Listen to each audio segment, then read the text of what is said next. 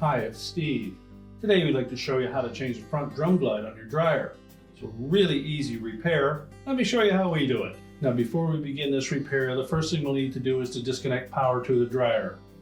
So either locate the electrical panel, turn off the appropriate breaker, or remove the appropriate fuses, or pull the dryer far enough forward that you can unplug it.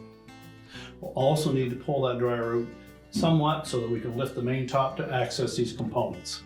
Now with the dryer pulled slightly forward, our next step will be to raise the main top so that we can access these components. Now what you'll want to do is make yourself up some type of a lanyard to support that main top while you're doing your repair. So either use a small piece of light duty chain or some heavy cord. Next we'll take a thin putty knife. We'll come in that gap between the main top and the front panel. Locate the spring clip that secures that. You'll feel the resistance of that spring clip, so just depress it, lift up on the top, and then just hold that up there for now. We'll do the same on the opposite side.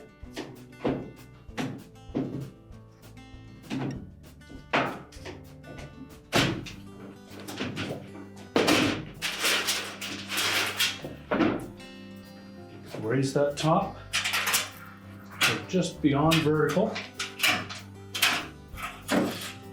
The hinges won't support that by itself, so you'll need to use a lanyard. We'll take out one of these little rubber bumpers on the top of the side panel and then secure that top. Now once we've done that, we'll next disconnect the wire harness retaining clip from the top of the front panel. And then we'll remove 2 1/4-inch hex head screws that secure that front panel to the sides of the cabinet.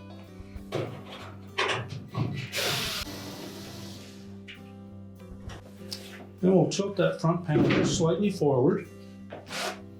We can access that door switch at this point. We're simply going to lift that away from the bracket that secures it to the front panel. Just spread the little tabs on both the top and the bottom of the switch to release it, and then we'll just tuck that out of the way. We can then lower that front panel, and then we'll lift it off of the 2 hooks that secure it to the base frame. And we're just going to set that aside and then go do our repair. Now with the front panel removed, our next step will be to get that drum out of the way. And to do so, we'll need to release the belt from the idler and motor pulleys. So we're going to reach in on the right hand side here. So you locate the belt, and then the idler pulley, and right below it will be the motor pulley. So if we pull that idler towards the right, release the tension on the belt.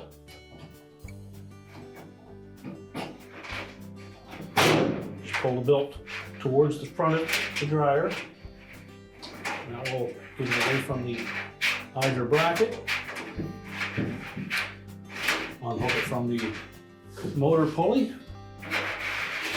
And we should have about that much slack in the belt. So what we'll do next is we'll use that belt to support the weight of the drum. We'll lift it up and pull it right out of the cabinet.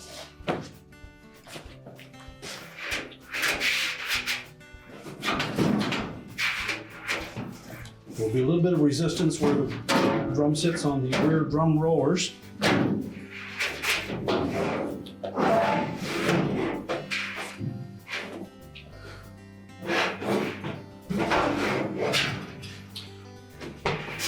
So we'll simply take that drum and the belt and set them aside. Now with the drum out of the way, we'll remove the old glide if it's still in place. Simply pull the center portion away from that bracket.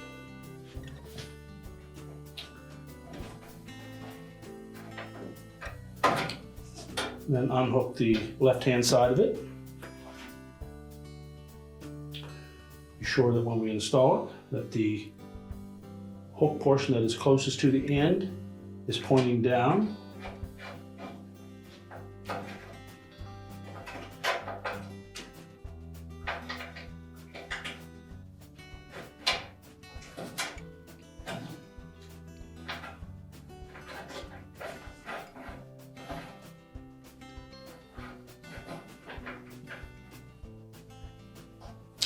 Make sure it's hooked firmly.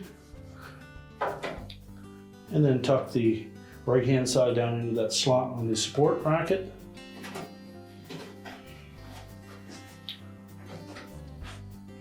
And if you're replacing one of these glides, you should probably replace the one on the opposite side as well. It is a different part number and you'll need to order it separately. And once we've done that, we'll go ahead and put the drum back in. Now when placing the drum back in the dryer, we want to make sure that this lip at the rear captures both rear drum rollers. So supporting the weight of the drum with the belt, fit it between the sides of the cabinet. You may need to spread those just slightly.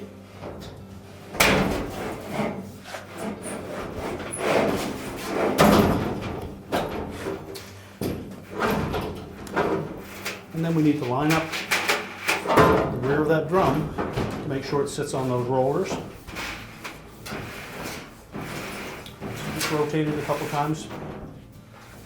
Check inside, make sure it's sitting flush on that drum seal. Then we'll line up that belt with the marks that were on the drum. And then we're going to reach in and reattach it to both the idler pulley and the motor pulley. So reaching in on the right hand side, just grasp the belt, locate the idler pulley, lay that belt out over top of the idler pulley,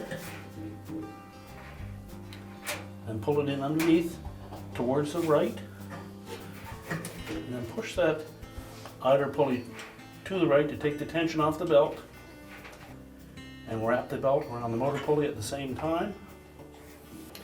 Make sure we have the groove side of the belt against the drum and the motor pulley, and the flat side of the belt against the idler pulley. We'll just rotate that drum a couple of times to make sure that it does turn the motor and blower wheel. And now we're ready to put the front panel back on.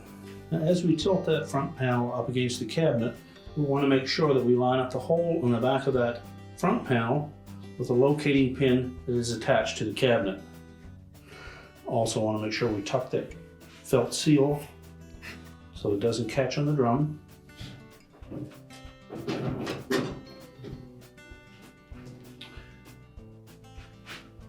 And once it's in place, we'll install one of the mounting screws, and we'll do it on the opposite side that the switch is on. Well, that'll hold the front panel in place. We'll go to the opposite side. Again, we'll need to make sure that we line up that locating pin with the hole in the cabinet. But before we press it up against the cabinet, we're going to take that switch and locate it in that spring bracket on the front panel. Now the easiest way to mount that is to open the door completely, and that will allow you to be able to manipulate that spring clip.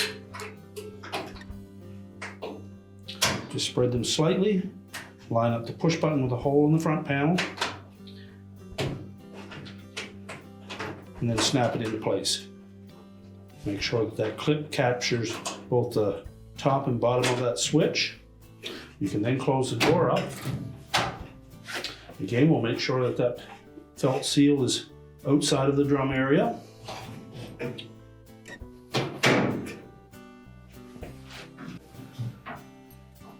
then we'll reattach the second mounting screw.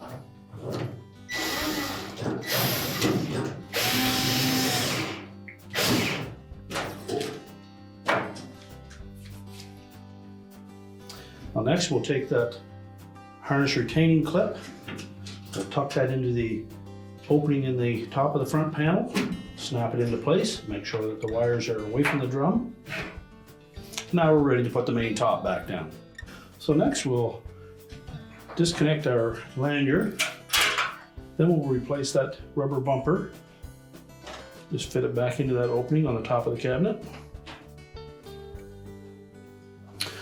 And we'll lower the top down carefully. We want to make sure that we engage those two clips.